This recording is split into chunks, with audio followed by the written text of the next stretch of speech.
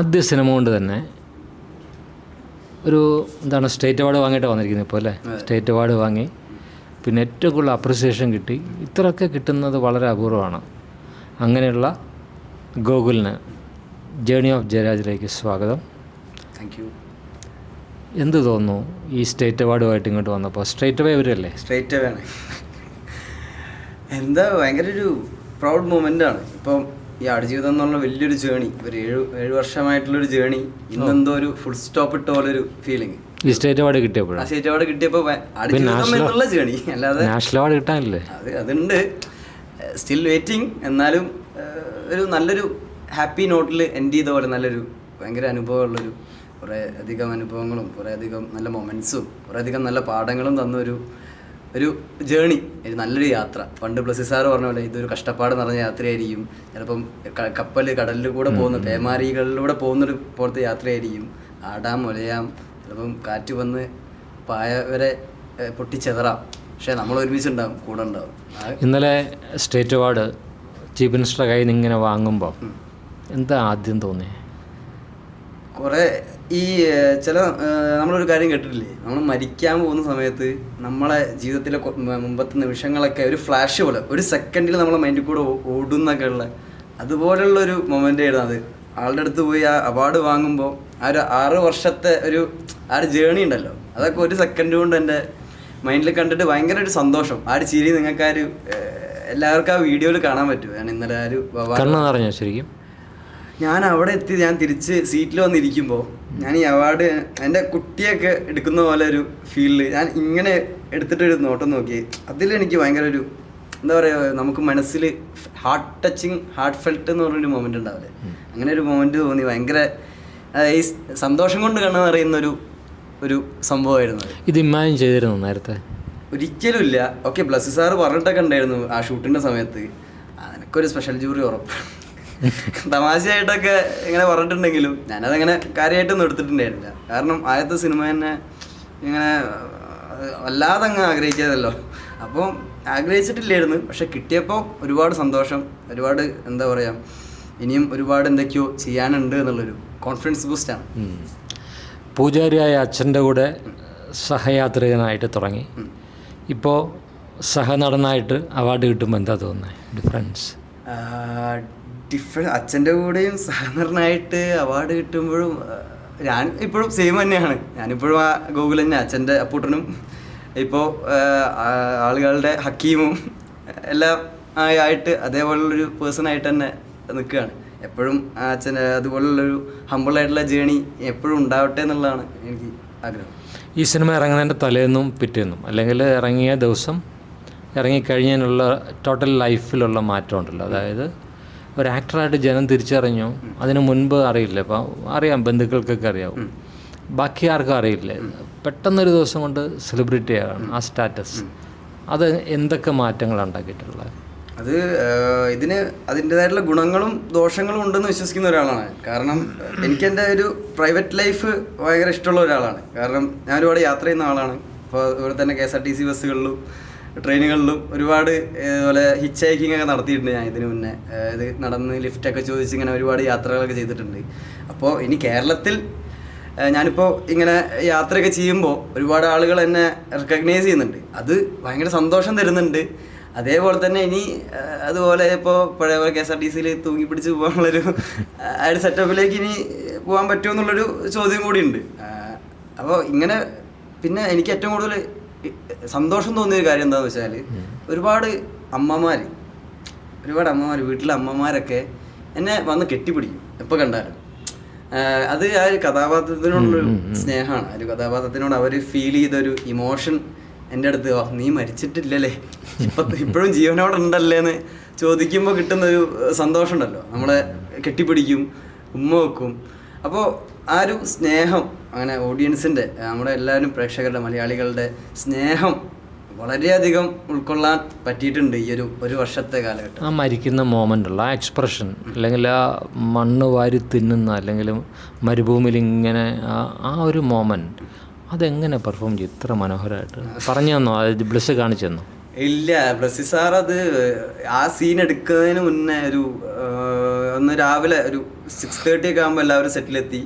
ഞാനും സെറ്റിലെത്തിയിട്ട് sir brief ചെയ്ത് തന്നു ഇതുവരെയുള്ള കാര്യങ്ങളെ പറ്റിയിട്ട്, ഹക്കീമിൻ്റെ ഇതുവരെയുള്ള ജേണീനെ പറ്റിയിട്ട് ബ്രീഫ് ചെയ്ത് തന്നു. നീ മനസ്സിരുത്തി ചെയ്യ് എന്ന് പറഞ്ഞു. ഇപ്പോൾ ഞാനൊരു സൈഡിൽ മാറിയിരുന്ന് 1 മണിക്കൂറൊക്കെ മാറിയിരുന്ന് ഞാനും അവൻ്റെ ജേണി മൊത്തം മൈൻഡിലിട്ട് കറക്കി അവസാനം ഇവനാരും വെള്ളം കിട്ടാതെ ഒന്നും ഇല്ലാതെ നിൽക്കുന്ന സമയത്തും അവനൊരു സ്റ്റിൽ ഒരു ചെറിയൊരു സെക്കൻഡിൽ അവൻ്റെ വീട്ടുകാരെ പറ്റി അവൻ്റെ ഇക്കാനും തിരിച്ചറിയുന്ന ഒരു സംഭവങ്ങളൊക്കെ, അതൊക്കെ ആ ഒരു സമയത്ത് എന്തോ ഒരു അങ്ങ് വന്നുപോയി.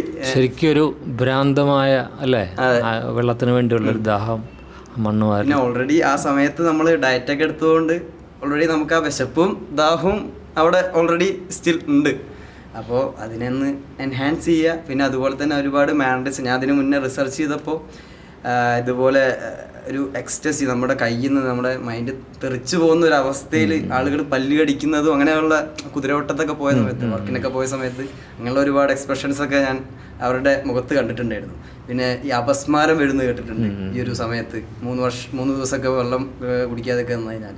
ആ സിനിമയുടെ ഒരു പീക്ക്, അതായത് ആ സിനിമയുടെ ആ കഥാപാത്രത്തിൻ്റെ അവസാന രംഗത്തിൽ അതൊരു ശരിക്കും പറഞ്ഞാൽ ക്ലൈംബ് ചെയ്ത് ഏറ്റവും പീക്കിലെത്തിയിട്ടാണ് മരിക്കുന്നത്. അതുപോലെ ഈ ശാന്തമീ രാത്രിയിലൊരു മൊമെൻ്റ് ഉണ്ടല്ലോ, ഈ അവൾ കൂടെ ഇറങ്ങി വരും എന്ന് കാത്തിരുന്നിട്ട് ആ മൊമെൻറ്റിൽ വരില്ല എന്നറിയുന്ന ഒരു മൊമെൻറ്റിൽ പാപ്പച്ചയും ചീത്ത പറഞ്ഞിട്ട് പോകുന്നൊരു മൊമെൻ്റ് ഉണ്ടല്ലോ, അത് അഭിനയിക്കുമ്പോഴും ഡബ് ചെയ്യുമ്പോഴും എനിക്ക് തോന്നുന്നു ഏതാണ്ട് ഇതേ ഒരു പ്രാക്ടീസ് ചെയ്തിട്ടുണ്ടെന്ന് തോന്നുന്നു. അല്ല, ഒരു ഭ്രാന്തമായിട്ട് ഒരിക്കലും അറിയാതെ എന്നാൽ സ്വയം അഭിനയിച്ചു പോകുന്ന ഒരു മൊമെൻറ്റ് അല്ലേ?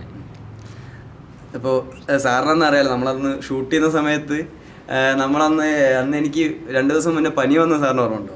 സെറ്റിൽ മൊത്തം ഈ അവസ്ഥയായിരുന്നു എൻ്റെ. ആ ഒരു സീൻ ഷൂട്ട് ചെയ്യുന്ന സമയത്ത് ഇപ്പോൾ എനിക്കിപ്പോൾ ആ സമയത്ത് ഷൂട്ട് ചെയ്യുന്ന സമയത്ത് 24 വയസ്സായിരുന്നു. ഇതിന് മുന്നേ എനിക്കും എൻ്റെതായിട്ടുള്ള ഷെയർ ഓഫ് എക്സ്പീരിയൻസസ് ഉണ്ട് ഒരു ലവ് സ്റ്റോറികളിൽ ഉണ്ടല്ലേ. ഇപ്പോൾ എത്രാമത്തെ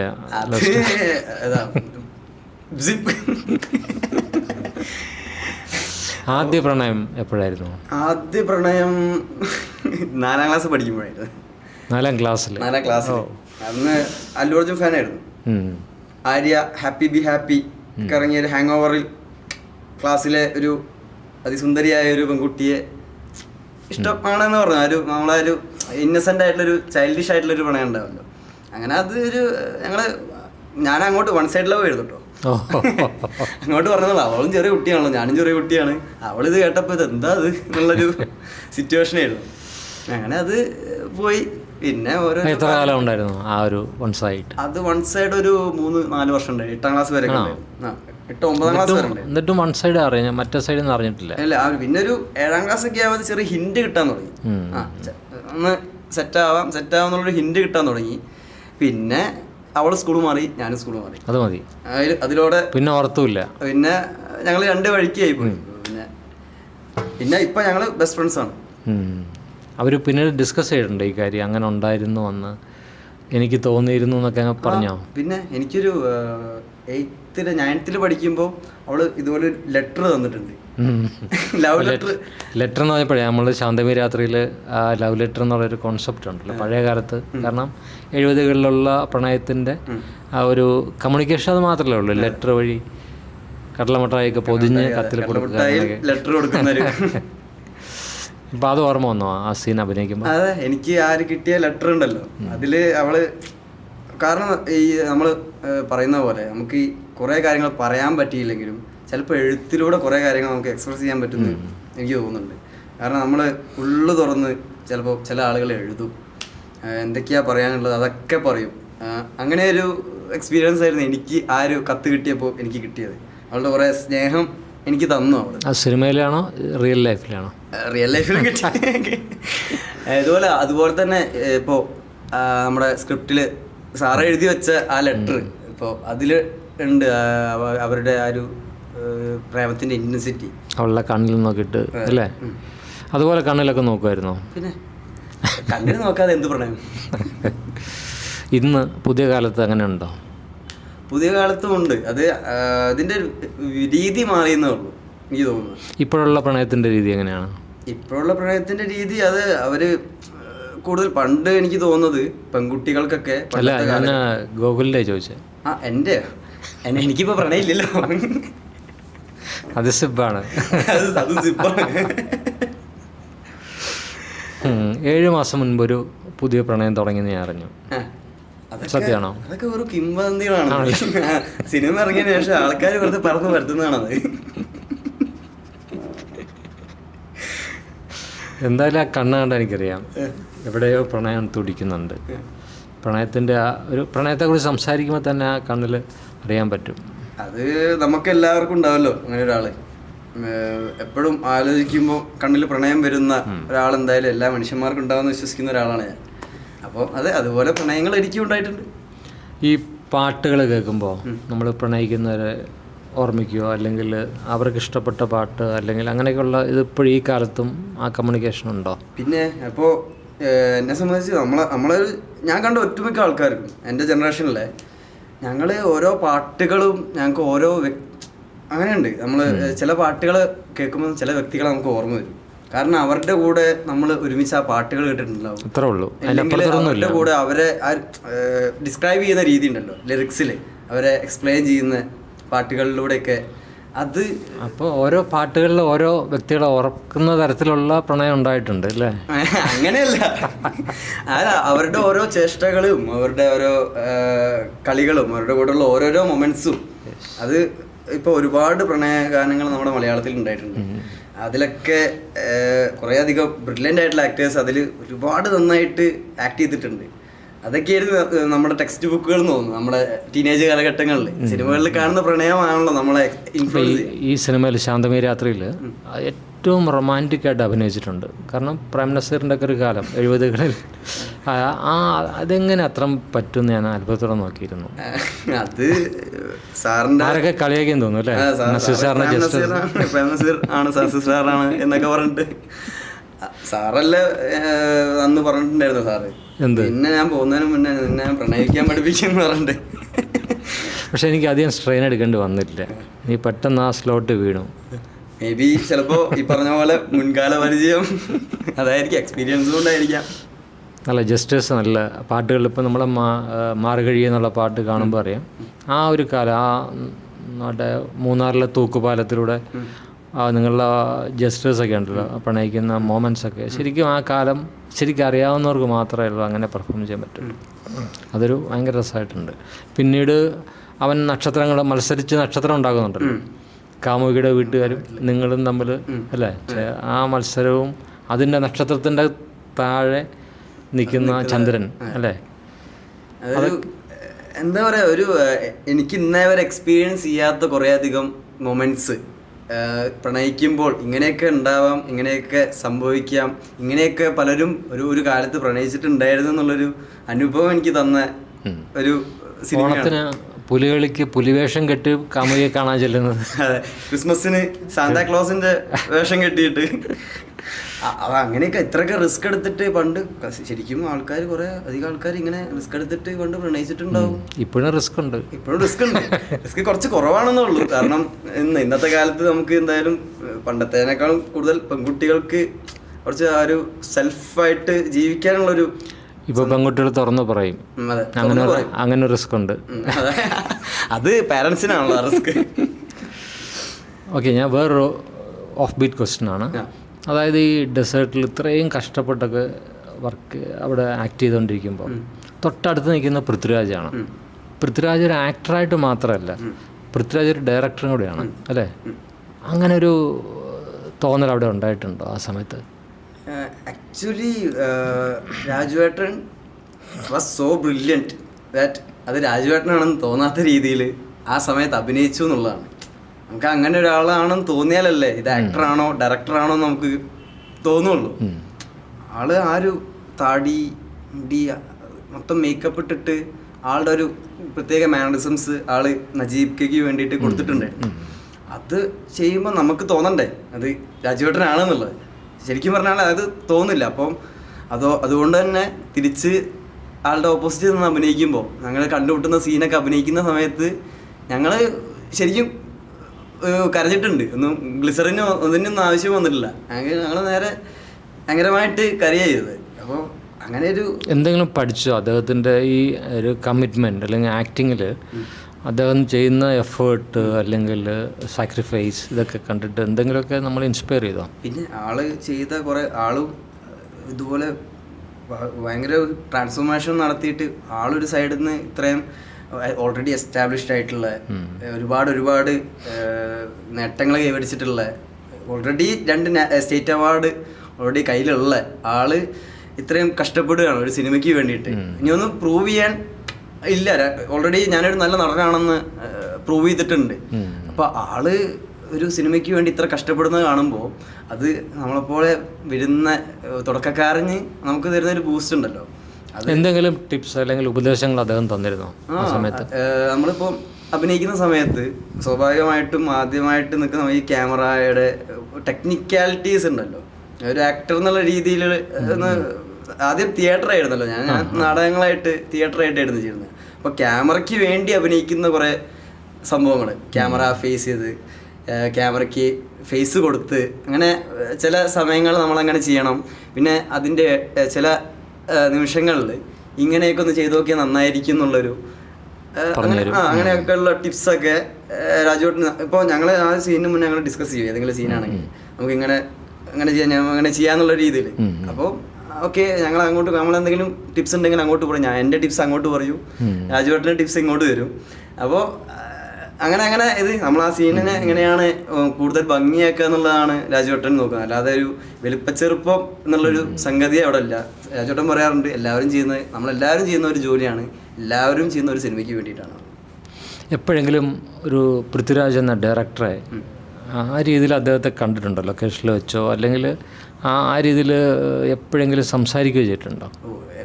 രാജുവേട്ടൻ ആസ് എ ഡയറക്ടർ ഞാൻ ഇതുവരെയായിട്ടും കണ്ടിട്ടില്ല. കാരണം ലൂസിഫറിലും L2-ലും നിർഭാഗ്യവശാൽ എനിക്ക് ഒരു സിനിമ കണ്ടിട്ടില്ല. 2 സിനിമ കണ്ടിട്ടുണ്ട്. അല്ല, ആള് സെറ്റിൽ നിന്നിട്ട് അങ്ങനെയല്ല ചോദിച്ചു. അദ്ദേഹം ഒരു ഡയറക്ടറാണല്ലോ, ഒരു സൂപ്പർ ഡൂപ്പർ ഹിറ്റ് സിനിമയുടെ ഡയറക്ടറാണ്. അദ്ദേഹമാണ് അടുത്ത് നിൽക്കുന്നത്. എപ്പോഴെങ്കിലും ആ ഒരു രീതിയിൽ അദ്ദേഹത്തെ കാണാനോ സംസാരിക്കാനോ ശ്രമിച്ചിട്ടുണ്ടോ? ആളുടെ ആസ് എ ഡയറക്ടർ എന്നുള്ള രീതിയിലുള്ള ചോദ്യങ്ങളല്ല, ഞാൻ ആളുടെ അടുത്ത് ചോദിച്ച സംശയങ്ങളും എല്ലാം ഞാൻ ആസ് എൻ ആക്ടർ എന്നുള്ള രീതിയിലാണ് ഞാൻ ചോദിച്ചത്. ഡയറക്ടർ എന്നുള്ളത് കാരണം എൻ്റെ ഉദ്ദേശം നല്ലൊരു ആക്ടർ ആവാന്നുള്ളതാണ്. എപ്പോഴെങ്കിലും അദ്ദേഹം ആക്ടറെ ഒരു ഡയറക്ടറെ കാണുമ്പോൾ ഉള്ളൊരു ത്രില്ല് തോന്നിയിട്ടുണ്ടെന്ന് ചോദിച്ചു. ഉണ്ട്. കാരണം രാജുവേട്ടനെ സംബന്ധിച്ച് ഞാൻ രാജുവേട്ടൻ്റെ ഒരു പാട്ടുണ്ട് പണ്ട്, 1 2 3 4 ലോലിപോപ്പില്. അത് ഞാൻ 4ാം ക്ലാസ് പഠിക്കുമ്പോൾ ഞാൻ ആനുവൽ ഡേക്കൊക്കെ, കാരണം എൻ്റെ ഒരു ഹീറോ ആയിരുന്നു. നമ്മളിപ്പോൾ ഇപ്പം മമ്മൂക്കയിൽ ലാലേട്ടനൊക്കെ കണ്ടു വളർന്ന പോലെ തന്നെ ഞാൻ രാജുവേട്ടനെയും കണ്ട് വളർന്നൊരു വ്യക്തിയാണ്. അപ്പോൾ ആളെ ഞാൻ നേരിട്ട് കാണുമ്പോൾ നമ്മൾ സ്ക്രീനിൽ കാണുന്ന ആളെ നമ്മൾ നേരിട്ട് കാണാം. ഒരു ഫാൻ ബോയ് മൊമെൻ്റ് ആയിരുന്നു. പിന്നെ ആ ഫാൻ ബോയ് മൊമെൻ്റ് ആൾ തന്നെ നമ്മളോട് ഇൻട്രാക്ട് ചെയ്തിട്ട് ഒരു കൊളീഗ് ഒരു മൈൻഡ് സെറ്റിൽ നമ്മളെ കംഫോർട്ടാക്കുകയാണ് ചെയ്തത്. അദ്ദേഹത്തിൻ്റെ സിനിമയിൽ അഭിനയിക്കണം എന്ന് ആഗ്രഹമുണ്ടോ? പിന്നെ ചോദിച്ചോ? ഇത്രയും ടാലന്റഡ് ആയിട്ടുള്ള ഡയറക്ടറിന്റെ ചോദിച്ചോ? പിന്നെ ചോദിച്ചിട്ടുണ്ട്. L2-ൽ എന്തെങ്കിലും പ്രതീക്ഷ ഉണ്ട്. പിന്നെ ബ്ലസ് ചീത്ത പറഞ്ഞോ എപ്പോഴെങ്കിലും? ഈ ഇതിന്റെ കാര്യത്തില് ചീത്ത കിട്ടിയിട്ടില്ല. വേറെ ഒരു അനുഭവം ഉണ്ടായിട്ടുണ്ട്. ഞാൻ അസിസ്റ്റന്റ് ഡയറക്ടറായിട്ട് അതിൽ വർക്ക് ചെയ്തിട്ടുണ്ട്.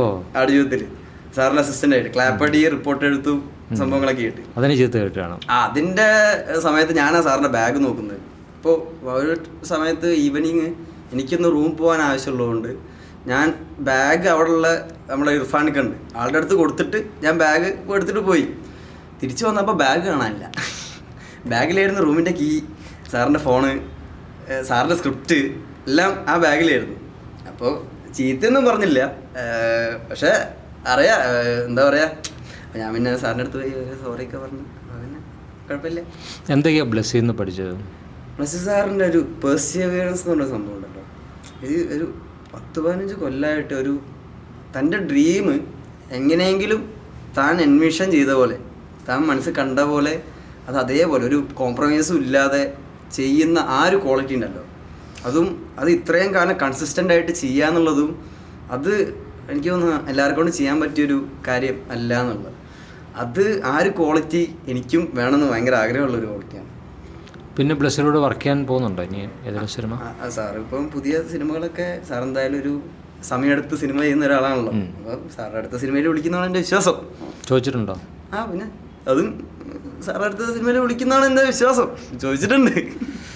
ഏതൊക്കെയാണ് ഇപ്പോൾ അടുത്ത ഇമ്മീഡിയറ്റ് സിനിമകൾ? ശാന്തമീരാത്രി കഴിഞ്ഞിട്ട് ഇപ്പോൾ ഇനി ഷൂട്ട് തുടങ്ങാനിരിക്കുന്നുള്ളൂ. അത് ഡയറക്ടർ ഡിസ്ക്ലോസ് ചെയ്യണ്ടെന്ന് പറഞ്ഞുകൊണ്ട് ഒരു ഡയറക്ടറുടെ സിനിമ ഞാൻ പറയുന്നില്ല. വേറൊരു ഫാൻറ്റസി പ്രൊജക്റ്റ് ഉണ്ട്. അനീഷ് ലി അശോക് എന്ന് പറഞ്ഞൊരു ഡയറക്ടറുടെ ഫാൻറ്റസി പ്രൊജക്റ്റ് ഓണായിട്ടുണ്ട്. അതിൻ്റെ ഒരു ഫസ്റ്റ് ലുക്ക് പരിപാടികളൊക്കെ ഒരു അടുത്ത നെക്സ്റ്റ് മന്തൊക്കെ ആയിട്ട് റിലീസാവും. താടി വളർത്തിരിക്കുന്നത് എന്തിനു വേണ്ടിയാണ്? ഇതിപ്പോൾ റാൻഡംലി വളർത്തിയത്. അത്രേ ഉള്ളൂ. അല്ല ക്യാരക്ടറിന് വേണ്ടിയല്ല? അല്ലല്ല, മുടി വളർത്തിയത് ക്യാരക്ടറിന് വേണ്ടിയിട്ടാണ്. മുടി ഒരു ഇതുപോലൊരു ആ ഫാൻറ്റസി പ്രൊജക്റ്റിന് വേണ്ടിയിട്ട് മുടി കുറച്ച് നീട്ടി വളർത്തിയൊരു ലുക്ക് വേണമെന്ന് പറഞ്ഞു. പിന്നെ വീണ്ടും ആടുജീവിതം ഒരു സ്റ്റേജിലേക്ക് വീണ്ടും പോവാന്നുള്ളൊരു. ശാന്തമീരാത്രിയിൽ ഇഷ്ടമുള്ള പാട്ട് ഏതാ? മാർഗഴി ഒബ്വിയസ്ലി. ആണോ? കാരണം നമ്മളത് ഷൂട്ട് ചെയ്യുന്ന സമയത്ത് തന്നെ നമുക്ക് ഒരുപാട് നല്ല നല്ല മെമ്മറീസ് തന്നൊരു പാട്ടാണ് ആ തൂക്കുപാലും. ഇതുപോലെ ആദ്യമായിട്ട് ഞാൻ ഇതുപോലെ റൊമാൻറ്റിക്കായിട്ട് പാടി അഭിനയിച്ചൊരു സംഭവമാണല്ലോ. അത് തന്നെ നമ്മൾ ആ പാടുന്ന സമയത്ത് ഞാൻ സാറിനോട് ചോദിച്ചിട്ടുണ്ടല്ലോ, ജാസി ചേട്ടൻ്റെ ശബ്ദവും എൻ്റെ ശബ്ദവും മാച്ചാകുന്നു. പക്ഷെ കേട്ട് കഴിയുമ്പോൾ അല്ലെങ്കിൽ പടം കണ്ടു കഴിയുമ്പോൾ നമുക്ക് അതാണ് ചേരുള്ളൂ എന്ന് തോന്നും. സ്ലോലി അപ്പോൾ ഇത് തന്നെയാണ് ഒബ്വിയസ്ലി. കാരണം ഭയങ്കര രസമുള്ളൊരു പാട്ടായിരുന്നു. അതിൻ്റെ എല്ലാ ലിറിക്സും എല്ലാ വരികളും എല്ലാം ഇപ്പം കാണാപ്പാടാണ്. കേട്ട് കാണാപ്പാടാണ്. എൻ്റെ അമ്മയ്ക്കും ഒരുപാട് ഇഷ്ടമുള്ള പാട്ടാണ്. ശരിക്കും പറഞ്ഞാൽ നമ്മൾ ആ ബ്രിഡ്ജിൽ അല്ലെങ്കിൽ തൂക്കുപാലത്തിൽ കുറച്ച് ദിവസങ്ങളെ ഷൂട്ട് ചെയ്തിട്ടുള്ളൂ. 2-3 ദിവസം മാക്സിമം ചെയ്തിട്ടുള്ളൂ അല്ലേ? പക്ഷേ ഒരുപാട് കാലം ഷൂട്ട് ചെയ്ത് തോന്നിയോ? അത് അന്ന് പറഞ്ഞ പോലെ ഈ ഇടുക്കിയിലെ നമ്മളെ കട്ടപ്പന കുട്ടിക്കാനത്തുള്ള ബ്രിഡ്ജായിരുന്നു. അല്ലല്ല, ഏലപ്പാറ. അവിടെ ആ ഒരു സ്ഥലത്ത് നമ്മൾ ഹോമായി. നമ്മളൊരു കുറച്ച് ദിവസങ്ങൾ അവിടെ ഉണ്ടായിരുന്നു. അവിടുത്തെ ഒരു എന്താ പറയുക, സ്കോട്ട്ലാൻഡ് പോലത്തെ ഒരു പ്രകൃതിയും ഭയങ്കര പീസ്ഫുള്ളായിട്ട് അങ്ങനെ സമാധാനം തരുന്ന ആ ഒരു ഷൂട്ടിൻ്റെ ഇടയിലും കെയോസ് അല്ലാതെ നമുക്ക് ഭയങ്കര ശാന്തമായിട്ട് ശാന്തമീ രാത്രിയിൽ നമ്മൾ ശാന്തമായിട്ട് വളരെ അധികം വർക്ക് ചെയ്തൊരു സമയം. അവിടെ നമ്മൾ ആദ്യം കുറച്ച് ദിവസം മുമ്പ് അല്ലേ അവിടെ പോയിട്ട് അവിടുത്തെ ഭാഷ പഠിക്കാനും സ്ലാങ് പഠിക്കാൻ വേണ്ടി അവിടെ പോയില്ലേ? അവിടെയുള്ള ലോക്കൽ കുറേ ആൾക്കാരോട് താമസിച്ചു അല്ലേ? എന്തൊക്കെ വാക്കുകളാണ് ഇപ്പോൾ ഏറ്റവും കൂടുതൽ ഡിഫറെൻ്റ് ആയിട്ട് തോന്നി, അല്ലെങ്കിൽ ഏത് തരത്തിലാണ് അവരുടെ? അത് അവിടെ എല്ലാം ഒരു മതിയായിരുന്നു, പോയായിരുന്നു. ആ ഒരു വരുന്നു ഒരു ആർന്നു ഒരു സ്ലാങ്, അങ്ങനെ ഒരു ഒഴുക്കുള്ളൊരു സ്ലാങ് ആയിരുന്നു അവിടെ ഉണ്ടായിരുന്നതൊക്കെ. ഞാനിപ്പോഴും ആർന്നു ചെറിയ രീതിയിൽ എൻ്റെ ഭാഷയിൽ കയറി വന്നിട്ടുമുണ്ട്. ആർന്നു പോയായിരുന്നു, മതിയായിരുന്നു, എന്താ ഒരു സംഭവങ്ങളൊക്കെ. അങ്ങനെ നമ്മളവിടെ റിസോർട്ടിൽ നിൽക്കുന്ന സമയത്ത് അവിടെ ഒരു രാജേഷ് ഏട്ടൻ ഉണ്ടായിരുന്നല്ലോ. രാജേഷ് ഏട്ടൻ്റെ കൂടെയാണ് ഞാൻ സംസാരിച്ചിട്ട് കുറേ നേരം സംസാരിച്ചുകൊണ്ടിരുന്നത്. അങ്ങനെ ഇപ്പോൾ പിന്നെ സാറിൻ്റെ അടുത്ത് ഞാൻ ഓരോ ഡയലോഗ് പറയുന്നതിന് മുന്നേ തന്നെ ചോദിക്കുമല്ലോ സാർ ഇതിപ്പോൾ. പിന്നെ അതിനിടയിൽ നമ്മൾ സ്ക്രിപ്റ്റിലില്ലാത്ത കുറച്ച് സാധനങ്ങൾ പറയുമ്പോഴും സാറ് പറയും ഇതൊക്കെ ഓർമ്മിച്ച് വെക്കണം. അപ്പോൾ സാർ പ്രശ്നം ഇടുക്കിയിൽ തന്നെയാണ് പറഞ്ഞത്. എന്നാൽ ഓക്കെ എന്ന് പറഞ്ഞു. ഇപ്പോൾ പറഞ്ഞാൽ അന്ന് ആ ഒരു ഞാൻ നേരത്തെ പറഞ്ഞ പോലെ ഈ മലമുകളിലുള്ള ആളുകൾ ഇതുപോലെ സ്റ്റീപ്പായിട്ടുള്ള കയറ്റങ്ങൾ കയറുമ്പോൾ ഇതുപോലെ ബാക്കിൽ കൈ കെട്ടിയിട്ട് കയറുന്നൊരു സംഭവം ഞാൻ അവിടെ നിന്നാണ് കണ്ടത്. ഇതുപോലെ ജസ്റ്റേഴ്സൊക്കെ. അപ്പോൾ അങ്ങനെ എല്ലാ ഇടുക്കിക്കാർ ഓൾമോസ്റ്റ് ഈ ഒരു ഈസിനെസ്സിന് വേണ്ടിയിട്ടാണ്. അത് ഫോഴ്സ്ഫുള്ളി വരുന്നതല്ല, നാച്ചുറലായിട്ട് വരുന്നതെന്ന് തോന്നുന്നു. ഏറ്റവും ഇഷ്ടമുള്ള ആക്ടർ ആരാ മലയാളത്തിൽ? അങ്ങനെ ഒരു ആക്ടർ എന്നുള്ളതില്ല. കാരണം ഒരു റിച്ച് ആയിട്ടുള്ള 100 വർഷത്തോളം പാരമ്പര്യം, 100 ആവാൻ 1928 ആദ്യത്തെ വിഗതകുമാരൻ ഇറങ്ങിയത്. ഈ 100 വർഷമാവാൻ പോകുന്ന നമ്മളെ മലയാള സിനിമയിൽ ഒരുപാട് ടാലൻറ്റഡ് ആയിട്ടുള്ള ആക്ടേഴ്സ് ഉണ്ട്. അപ്പോൾ ഒരു കഥാപാത്രം ഒരാൾ അത്രയും പെർഫെക്റ്റായിട്ട് പോർട്രേ ചെയ്ത് കഴിഞ്ഞാൽ ആളെൻ്റെ ഇഷ്ട നടനാണ്. അങ്ങനെയാണ്. എന്നാലും ഒരു ഇഷ്ടം കാണല്ലേ? ഇല്ല, ആക്ച്വലി എനിക്ക് കാരണം എല്ലാവരും ഭയങ്കര ഡൈവേഴ്സ് ആയിട്ടുള്ള, നമ്മളെ മലയാളത്തിൽ ഇത്രയും ഡൈവേഴ്സ് ആയിട്ടുള്ള ഒരുപാട്, തമിഴിലും എല്ലാവരും ഇഷ്ടം. എല്ലാവരും അതെ. ഒരാൾ ഒരു കഥാപാത്രം അത്രയും ഭംഗിയായിട്ട് പോർട്രേ ചെയ്താൽ ആ ആളെൻ്റെ ഫേവറേറ്റ് ആക്ടറാണ്. അതിപ്പോൾ തമിഴിലാവട്ടെ, മലയാളത്തിലാവട്ടെ, ഹിന്ദിയിലാവട്ടെ, ഇംഗ്ലീഷിലാവട്ടെ, ഇറാനിയനാവട്ടെ. ഞാൻ ചെറുപ്പകാലത്ത് എൻ്റെ സ്കൂൾ ഡേയ്സിൽ ഞാൻ കമലഹാസൻ്റെ ഫാനായിരുന്നു. ഞാൻ അന്ന് ഫാൻ ലെറ്റർ എഴുതിയിട്ടുണ്ട് കമലഹാസന്, മറുപടിയും വന്നിട്ടുണ്ട്. കമലഹാസൻ്റെ photo, yes, dear miss Jaya എന്നുണ്ടാ വന്നത്. കാരണം ജയരാജ് എന്നല്ല പേര്, പെൺകുട്ടിയാന്ന് വിചാരിച്ചു. നല്ലൊരു ഫോട്ടോഗ്രാഫ്. നമ്മുടെ ഇപ്പോൾ ഈ ലാസ്റ്റ് ഇറങ്ങിയ രേഖാചിത്രത്തിൽ മമ്മൂക്ക അയക്കുന്ന പോലെ അതുപോലെ. കാരണം ഞങ്ങളൊക്കെ അന്ന് ഫാൻസാണ്. ഒരുപാട് എന്താണ് കമൽ, രജനി, അങ്ങനെ ഒരുപാട് ഫാൻസുണ്ട്, പല ഗ്രൂപ്പുണ്ട്. ഞങ്ങളൊക്കെ കമൽ ഫാൻസായിരുന്നു. അന്ന് തമിഴ് സിനിമയും മലയാളത്തിലും കമൽഹാസൻ അഭിനയിക്കുന്നുണ്ട് ഒരുപാട് സിനിമകളിൽ. അപ്പോൾ ഞാൻ അതാണ് ചോദിച്ചത്, എല്ലാവർക്കും ഒരു എൻ്റെ മുറിയിലാണെങ്കിലും ഒരു ഫോട്ടോഗ്രാഫ് കാണും. പിന്നീട് നമ്മൾ സിനിമയിലൊരു ചെറുപ്പത്തിലൊരു ഇതുപോലൊരു ആളുണ്ടായിരുന്നത് ഷാറൂഖ് ഖാനായിരുന്നു. അതിൽ വെട്ടി ഒട്ടിച്ചിട്ട് പത്രങ്ങളിലും ഇതിലൊക്കെ വരുന്ന എല്ലാ ഫോട്ടോയും വെട്ടി ഒരു ബുക്കുണ്ട് ഇപ്പോഴും, പണ്ട് ഒട്ടിച്ച് വെച്ചൊരു ബുക്ക് കയ്യിലുണ്ട് ഇപ്പോഴും. അതുപോലെ എല്ലാ ഫോട്ടോ ഒക്കെ ഒട്ടിച്ച് വെച്ച്. ഷാരൂഖ് ഖാൻ്റെ ഏറ്റവും ഇഷ്ടമുള്ള അയാളുടെ എന്താണ്, അയാളുടെ പെർഫോമൻസ് ആണോ, അയാളുടെ എന്താണ് ഡയലോഗ് ഡെലിവറി ആണോ? ചാം ഭയങ്കര ചാമിങ് അല്ല ആള്, ഭയങ്കര വിറ്റാണ്, എനർജി ഇല്ലേ, എനർജി. അത് ഭയങ്കര ഒരു പരിപാടിയാണ്. പിന്നെ ആളുടെ ഒരു സ്റ്റോറി, ഇപ്പോൾ എനിക്കും ഒരു ആക്ടർ ആവാൻ ആഗ്രഹമുള്ള ഒരാൾക്ക് ആളുടെ സ്റ്റോറി ഭയങ്കര ഇൻസ്പയറിങ് ആണ്. കാരണം ഡൽഹിയിൽ നിന്ന് മുംബൈയിലേക്ക് വന്ന് ആരും അറിയില്ല, ഇൻഡസ്ട്രിയിൽ ആരും അറിയില്ല, ചെറിയ ചെറിയ വർക്കുകളൊക്കെ ചെയ്തു.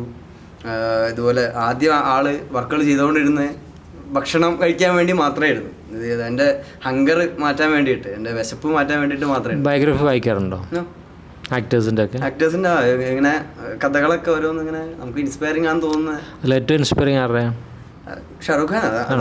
പിന്നെ നമ്മുടെ തലൈവറുടെ കഥ ഭയങ്കര ഇൻസ്പയറിംഗ് ആണ്. തലൈവർ ഇതേപോലെ ബസ് കണ്ടക്ടർ ആയിരുന്നു ഒരു കാലത്ത്, ശിവാജി ഗൈക്വാഡ്.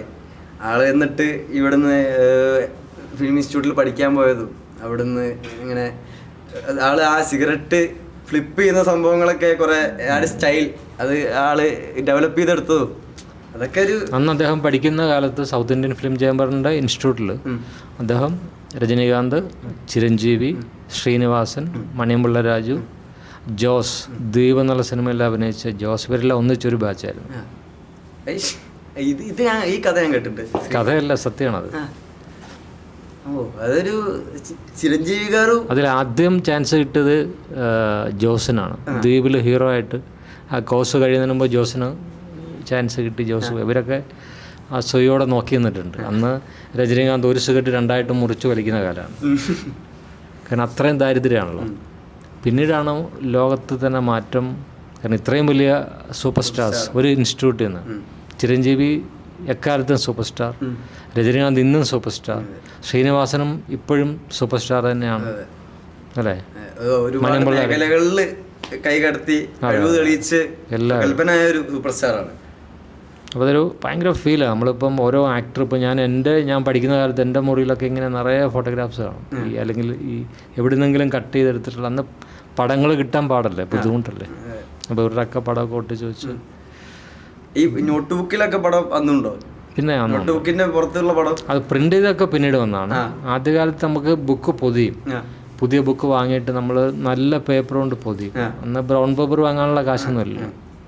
അപ്പം ന്യൂസ് പേപ്പർ അല്ലാതെ ഗ്ലേസ്ഡ് ആയിട്ടുള്ള അല്ലെങ്കിൽ ഒരു ഇംഗ്ലീഷ് മാഗസിൻ്റെ ഒരു പേപ്പർ കിട്ടുന്നവനാണ് ഏറ്റവും വലിയ ഭാഗ്യവാനെന്ന്. റിച്ചാണ്. അതൊക്കെ വലിയൊരു ഭാഗ്യമാണ്. അന്ന് ചില സോവിയറ്റ് നാടെന്ന് പറയുന്ന ചില മാഗസിനിലൊക്കെയാണ് ഈ പോളിഷ്ഡ് അല്ലെങ്കിൽ കുറച്ച് സ്മൂത്തായിട്ടുള്ള ഇംഗ്ലീഷ് കവറൊക്കെ ഉള്ളത് കിട്ടുക. ബാക്കി എല്ലാവരും പത്രം, മനോരമ പത്രം പോലുള്ള പത്രങ്ങൾ വെച്ചല്ലേ പൊതിയുള്ളൂ. അപ്പോൾ ഒരു ഈ നമ്മളെല്ലാം മുറിയിൽ ഇങ്ങനെ ആരാധിക്കുന്ന ഒരു കാലം, അല്ലെങ്കിൽ ഫോട്ടോഗ്രാഫ് വെച്ച് ആരാധിക്കുന്ന കാലം, ഫാൻ ലെറ്റേഴ്സൊക്കെ എഴുതുന്ന കാലം, അതൊക്കെ അല്ല ഇപ്പോഴും നമ്മളെ മനസ്സിൽ അതൊരു വലിയ ഒരു ഒബ്സഷനായിട്ട് നിൽക്കുന്നു. ഒരു ടൈം മെഷീൻ ഉണ്ടെങ്കിൽ ഉറപ്പായിട്ടും ഞാൻ ആ കാലഘട്ടത്തിൽ പോയി ജീവിക്കണം എന്ന് ആഗ്രഹമുള്ള ഒരാളാണ്. ഏതാണ്ട് അതൊക്കെ അതുപോലെ തന്നെയാണ് ഇപ്പോഴും. നിങ്ങളൊക്കെ പിന്നെ ഒരുപാട് ആക്ടേഴ്സ്, ഇപ്പം നമ്മളിപ്പം മലയാളം, തമിഴ് മാത്രമായിരുന്നു നമ്മൾ കണ്ടുകൊണ്ടിരുന്നത്. ഇപ്പം എല്ലാം ഓപ്പണായി. ഇന്നലെ ഓസ്കറിന് കിട്ടിയ പടങ്ങളൊക്കെ നമ്മുടെ കുട്ടികൾ കണ്ടു കഴിഞ്ഞു. അതിൻ്റെ തലേന്ന് കണ്ടു അല്ലെങ്കിൽ പിറ്റേന്ന് കണ്ട് തീർത്ത് കഴിഞ്ഞു. അപ് ടു ഡേറ്റ് ആണ്. അപ്പോൾ അത്രയും വൈവിധ്യമാണ് നമ്മൾ ഇന്നത്തെ യങ്സ്റ്റേഴ്സിൻ്റെ നോളജ്. ഇപ്പോൾ എസ്പെഷ്യലി മറ്റേ കോവിഡ് കഴിഞ്ഞതിന് ശേഷം, കോവിഡിൻ്റെ സമയത്ത് നമ്മൾ കണ്ടു തീർത്ത സീരീസും സിനിമകളും കൈ കണക്കില്ല. കാരണം ഈ ഇൻഫ്ലുവൻസ് എങ്ങനെയാണ് ഇപ്പം എന്താ തോന്നുന്നു? ഇപ്പം നമ്മൾ ഒരുപാട് കൊറിയൻ സിനിമകൾ, സീരീസ്, വെബ് സീരീസൊക്കെ കാണുന്ന കുട്ടികൾ, അതുപോലെ തന്നെ മറ്റു ഭാഷകളിലുള്ള മറ്റ് ഒരു തരത്തിലും നമുക്കറിയാത്ത ലോകത്തുനിന്നുള്ള സിനിമകൾ കാണുന്നു. എല്ലാവർക്കും ടെക്നോളജി അറിയാം. ഫിലിം ഇൻഡസ്ട്രിയിൽ വരുന്ന അല്ലെങ്കിൽ വരാത്ത കുട്ടികൾക്ക് പോലും എല്ലാ ടെക്നോളജിയും അറിയാം. സിനിമയുടെ എഡിറ്റിങ്ങിനെ കുറിച്ചുള്ള വളരെ ബാലപാഠങ്ങളൊക്കെ എല്ലാവർക്കും അറിയാം അല്ലേ? അങ്ങനെ വരുമ്പോൾ എത്ര ചലഞ്ചിങ് ആയിരിക്കും ഇനിയും ഇൻഡസ്ട്രി? അത് കാരണം ഇപ്പോൾ ഉള്ള ഒരു പുതിയ പ്രശ്നമുണ്ട് ശരിക്കും പറയുകയാണെങ്കിൽ. ഇപ്പം റീൽസ് കാണുന്ന ജെൻസി, നമ്മളെ എല്ലാം റീൽസ് കാണുന്ന ഒരു ജനറേഷനാണ് ഇപ്പോൾ. അറ്റൻഷൻ സ്പാൻ എന്ന് പറയുന്ന സംഭവം ഉണ്ടല്ലോ, വളരെ കുറവായിരിക്കും. കാരണം ഒരു റീൽസിൽ നമ്മൾ കണ്ടുവരുമ്പോൾ ഒരു ഡോപ്പമിൻ റഷ് വളരെയധികം കൂടുന്നു. അപ്പം 1.5 മണിക്കൂർ സിനിമയും ഒരു 2.5 മണിക്കൂർ സിനിമ ഒറ്റയിരിപ്പിന് കാണുന്ന ഒരു പേഷ്യൻസ് ഉണ്ടല്ലോ, അത് ഇപ്പോൾ കുറഞ്ഞു വരികയാണ്. അപ്പോൾ അതിനനുസരിച്ച് ഭയങ്കര എൻഗേജിങ് ആയിട്ടുള്ള, അത് ഭയങ്കര തട്ടുപൊളിപ്പൻ സിനിമയാവണമെന്നല്ല, അതിലൊന്നെങ്കിൽ ഇമോഷണലി ഭയങ്കര എൻഗേജിങ് ആയിട്ടുള്ള അല്ലെങ്കിൽ എന്തെങ്കിലും തരത്തിൽ എൻഗേജിങ് ആയിട്ടുള്ള സിനിമകൾ ഇനിയും വന്നാലേ മേ ബി ആളുകളെ പിടിച്ചിരുത്താൻ പറ്റുള്ളൂ എന്നുള്ളൊരു തോന്നലുണ്ട്. നമ്മുടെ ശാന്തമേ രാത്രി 2 കഥകളും പറയുന്നുണ്ട്. ഈ എക്സ്ട്രീം മോഡേൺ ആയിട്ടുള്ള ഈ പബ് ക്രോളിംഗ് ഉൾപ്പെടെയുള്ള പുതിയ തലമുറയുടെ എല്ലാ ഫീലും ഉൾക്കൊള്ളുന്നുണ്ട്. അതേസമയം ഒരു പഴയ കാലവും ഉൾക്കൊള്ളുന്നുണ്ട്. പഴയ കാലത്തെ പ്രണയത്തിൻ്റെ ഇൻറ്റൻസിറ്റി, പുതിയ കാലത്തിൻ്റെ അവരുടെ വ്യത്യസ്തതയും നമ്മൾ പറയുന്നുണ്ട്. അപ്പോൾ ഇങ്ങനെയുള്ളൊരു സിനിമ എങ്ങനെയായിരിക്കും ഒരു എക്സ്പെക്റ്റേഷൻ നമ്മളുടെ പുതിയ തലമുറ, അല്ലെങ്കിൽ ഇപ്പോൾ കൂടുതലും സിനിമാ തിയേറ്ററിൽ കാണുന്നത് 35 വയസ്സിന് താഴെയുള്ളവരാണല്ലോ. അവരുടെ ഒരു ഫീൽ ഓഫ് അവരുടെ ഒരു ഇത് വെച്ചിട്ട്, മനസ്സ് വെച്ചിട്ട് എങ്ങനെയായിരിക്കും തോന്നുന്നത്? ഇവരുടെ ഇപ്പോൾ ഈ പുതിയ കാലഘട്ടത്തിലെ പ്രണയം അവർക്ക് എന്തായാലും ഒബ്വിയസ്ലി റിലേറ്റ് ചെയ്യാൻ പറ്റും. കാരണം ഇപ്പോൾ ഒരുപാട് പേര് നമ്മൾ മൈഗ്രേറ്റ് ചെയ്യുന്നത് കാണുന്നുണ്ട്. UK മറ്റു പല സ്ഥലങ്ങളിലേക്കൊക്കെ മൈഗ്രേറ്റ് ചെയ്യുന്ന ഒരുപാട് പേരെ നമ്മൾ കാണുന്നുണ്ട്. അപ്പോൾ ആ ഒരു ലൈഫ് നമ്മുടെ ഒരു ജനറേഷനിൽ കുറേ പേർക്ക് റിലേറ്റ് ചെയ്യാൻ പറ്റും. പിന്നെ അതിൽ ഞാനൊക്കെ അഭിനയിച്ച ആ ഒരു കാലഘട്ടത്തിൽ അത് നമ്മളാരും കാണാത്ത ഒരു സംഭവം ആയതുകൊണ്ട് തന്നെ അതിനൊരു ഫ്രഷ് ഫീലിംഗ് കിട്ടും എന്നാണ് എൻ്റെ ഒരു വിശ്വാസം. കാണുന്ന എന്നെപ്പോലുള്ള എൻ്റെ ജനറേഷനിലുള്ള ആൾക്കാർക്ക് ഒരു ഫ്രഷ് ആയിരിക്കും. കാരണം ഇതിനു മുന്നേയൊക്കെ കണ്ടിട്ടില്ല, ഇങ്ങനെയൊക്കെ പ്രണയിക്കാൻ പറ്റുമോ, ഇങ്ങനെയൊക്കെ പ്രണയിച്ചിട്ടുണ്ടോ എന്നുള്ളതായിരിക്കും മേ ബി ചോദ്യം. ഈ ഭാവിയിൽ ഒരു ആക്ടർ ആവണ, ആക്ടർ ആയി അല്ലെങ്കിൽ ലോകം ഏറ്റവും കൂടുതൽ അറിയപ്പെടുന്ന ഒരു ആക്ടർ ആകുന്നതാണോ ആഗ്രഹം? ഒരു സംവിധായകനാണോ ആഗ്രഹം? ആക്ടർ 100%. ആൻഡ് സംവിധായകൻ എന്നൊക്കെ പറയുന്നത് ഒരു ഭയങ്കര വലിയൊരു കടമയാണല്ലോ. അതൊരു ബ്ലസ് വിളിച്ചാൽ പോവുമല്ലോ അല്ലേ? അപ്പോൾ കൂടെ പോയി പഠിക്കും. അപ്പോഴും സംവിധാനം പഠിക്കുമ്പോഴും ആക്ടിങ് തന്നെയാണ് താല്പര്യം, പാഷൻ അല്ലേ? എന്തെങ്കിലും ഒരു ഗോൾ സെറ്റ് ചെയ്തിട്ടുണ്ടോ? മലയാളത്തിൽ നിൽക്കാനാണോ അതോ മറ്റ് ഭാഷകളിൽ അഭിനയിക്കാനാണോ? അങ്ങനെ നല്ല കുറേ സിനിമകൾ ചെയ്യണം എന്നുള്ളൊരു, ഏത് ഭാഷയാണെങ്കിലും നല്ല കഥ, ഒരു നല്ല കഥ നല്ല രീതിയിൽ പറയുന്ന കുറേ അധികം സിനിമകളിൽ അഭിനയിക്കണമെന്നാണ്. നല്ലപോലെ പെർഫോം ചെയ്യാൻ പറ്റിയ ഒരു ക്ലോസ് ടു ഒരു ആളുകൾക്ക് കണക്ട് ചെയ്യാൻ പറ്റിയ അങ്ങനെ ഒരുപാട് സിനിമകൾ ചെയ്യണം എന്നുള്ളൊരു ആഗ്രഹം. സൂപ്പർ സ്റ്റാർ ആയി മാറിയാൽ എന്തായിരിക്കും? അല്ലെങ്കിൽ അങ്ങനെ ഡ്രീം ചെയ്തിട്ടുണ്ടോ?